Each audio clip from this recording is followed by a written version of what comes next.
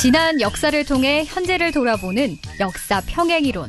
날카로운 역사인식으로 우리 사회를 분석하는 기자, 한국일보 김광원 기자 연결합니다. 기자님 안녕하세요. 안녕하십니까. 네, 처음 뵙겠습니다. 반갑습니다. 예, 저도 반갑습니다. 네, 앞으로 잘 부탁드리고요. 예. 오늘 날씨가 좀 많이 뜨겁죠? 햇볕이 많이 뜨거운데 네, 건강은 괜찮으시고요? 예, 괜찮습니다. 네, 알겠습니다. 예. 오늘은 어떤 이야기 준비했나요? 미국 대통령이 오랜만에 한국을 다녀갔습니다. 그렇죠. 여러 가지 일들이 있었죠. 네. 일본보다 먼저 한국에 왔다는 게 놀랍기도 했고요. 그래서 좀 세상이 변하고 있구나 이런 생각이 좀 들었습니다. 그렇습니다. 이 한마디 한마디가 화제가 되고 또 다양한 예측을 낳게 했잖아요. 그렇죠. 바이든 대통령이 문재인 전 대통령을 만나려 한다 이런 이야기가 나왔었죠. 네. 통화가 있었습니다. 일부 언론에서는 이 통화에 대해서 큰 의미를 부여하는 모양새를 취하기도 했고 그랬습니다. 일정이 워낙 팍팍했잖아요. 그렇죠. 네. 예. 전직 대통령을 만나는 건 자국민들에게 좀 한가한 행보로 비칠 수 있었기 때문에 저런 결정을 내린 게 아닐까 하는 그런 생각도 듭니다. 예, 저도 살짝 그런 생각을 했습니다. 문재인 정부 출범 직후에는 이런 일이 일어날 여지가 없었죠. 네. 그 전 대통령이 이미 구속된 상태였습니다. 그렇죠. 가장 갈등이 심했던 시기는 이명박 전 대통령 임기 초반이었습니다. 그 전 대통령과의 갈등이 좀 깊었습니다. 충격적인 사건도 있었죠. 지금도 생생하게 기억하는 분들 많을 거예요. 그렇죠. 저는 그전부터 제 머릿속에 하는 이런 시기가 찾아오면 늘 고대 아테네에서 시행된 도편 추방제를 떠올렸습니다. 그러니까 한 개인이 지나친 영향력을 가지는 것을 막는 제도였죠. 네. 왕이 될 가능성이 높은 사람을 죄 없이 추방했는데 이게 이제 권력이 고차가 되어서 민주정이 파괴되는 상황을 미연에 방지한다 이런 목적이 있었습니다. 요즘식으로 해석하면 현직을 위해서 전직이 좀 목소리를 낮추는 것도 포함되지 않을까 이런 생각이 듭니다. 그러니까 억울하더라도 감내해야 할 상황이라는 게 있다. 이런 뜻으로 이해가 되는데요. 그렇죠. 일반적으로 수긍하는 룰이라고 저는 생각합니다. 예를 들자면 대구에 내려온 박근혜 전 대통령이 특정 인물을 대구시장 후보로 지지하는 담화를 발표한 적이 있잖아요. 네.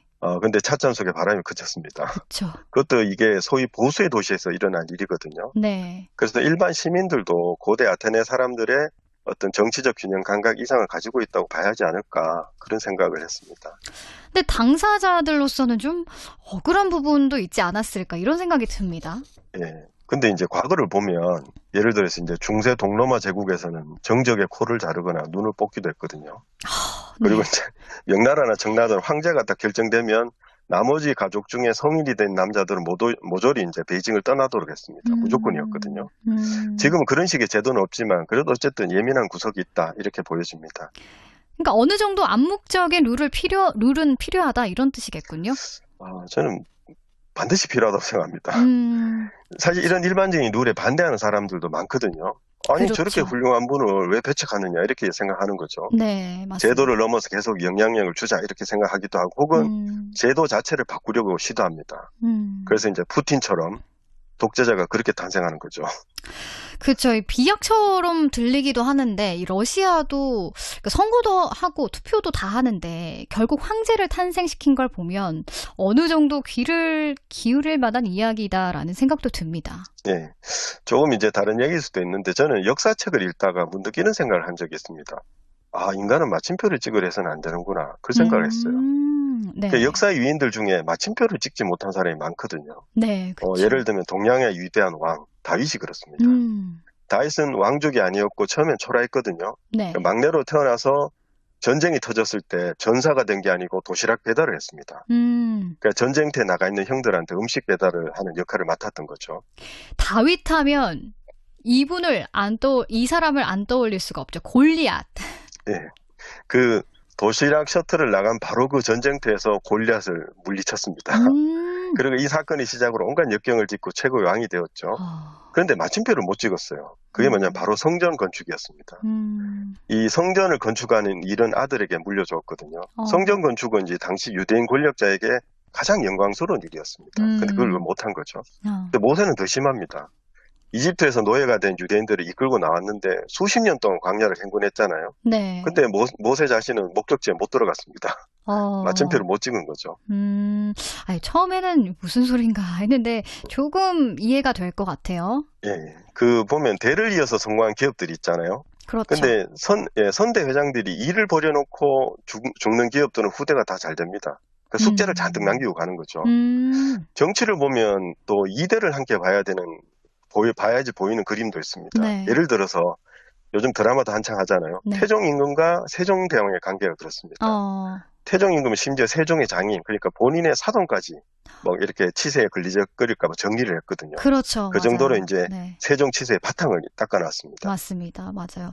이 미래를 내다보고 자기가 해야 할 역할을 좀 충실하게 수행했다는 거군요. 그렇죠. 자기 본분을 지킨 거죠. 딱 역할까지만 한 거죠. 저는 이제 이승만 전 대통령도 마침표를 찍으려 한 게 아닌가 싶습니다.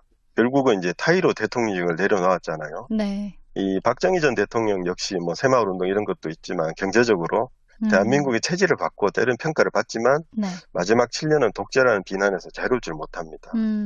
두 사람 모두 조금 후배들이 미흡해 보이더라도 네. 뒷일을 맡기고 떠났으면 어땠을까 그런 생각이 좀 듭니다. 아쉽게 생각하는 분들도 많을 것 같네요. 예, 이제 끝까지 가고 싶은 뭐랄까 욕심, 책임감과 함께 조급증이 문제가 되는 경우도 있습니다. 그러니까 김영삼 전 대통령이 일본에 관해서 버르장머리를 고쳐나겠다 이렇게 성급하게 덤볐잖아요. 네네. 그래서 호되게 되치기를 당했습니다. 그렇죠. 마침표를 찍고 싶은 욕구하고 크게 다르지 않은 심리다 이런 생각이 듭니다. IMF가 일본과도 깊은 영향이 있죠. 예. 일본을 좀 두둔할 수는 없어도 적절히 다루지 못했다는 건 틀린 해석이 아닐까 합니다. 예. 그 공자도 보면 원하는 만큼의 성취를 못했습니다. 그 14년 동안 천하를 떠돌면서 일자리를 구했잖아요. 네. 근데 아무도 이제 맡기지 않았습니다. 그래서 마침표를 포기해버리고요. 그래서 쉼표를 선택했습니다.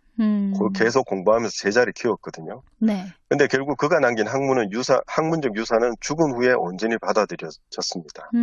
그의 사후에 자신이 원하는 마침표가 찍힌 것이다 이렇게 생각합니다. 이 조급하거나 욕심을 내거나 혹은 공자가 말했듯이 명을 모르고 살면 결국 파국을 끌어들이는 그런 결과가 나올 수도 있다 이렇게 생각합니다. 어르신들이 이런 말씀 많이 하잖아요. 욕심 버려라, 조급해하지 마라, 겸손해라. 저희 아버지도 이런 말씀 많이 하시는데 이런 말들이 정치에도 적용이 될 수 있군요. 네, 그렇죠. 네, 오늘 얘기 또 재밌게 들었고요. 오늘 이야기와 어울리는 노래 어떤 곡이 있을까요? 네, 조영남의 겸손은 힘들어가 좋을 것 같습니다. 적절한 선곡이십니다. 그 앉고 싶은 자리보다 조금 낮은 곳에 앉는 게 이제 겸손이 아닐까 생각하거든요. 네. 근데 그게 이제 말처럼 쉽지가 않아요. 쉬운 것 같아도. 않죠. 쉽지 않아요. 그래서 이제 노래말에 좀 장난스럽게 들리긴 하는데 네. 좀 의미를 곱씹어 볼 만한 노래다 이렇게 생각합니다. 알겠습니다. 추천곡 들으면서 인사 나누겠습니다. 지금까지 한국일보 김광원 기자가 전해준 역사 평행이론이었습니다. 감사합니다. 예, 감사합니다. 조용남이 부릅니다. 겸손은 힘들어.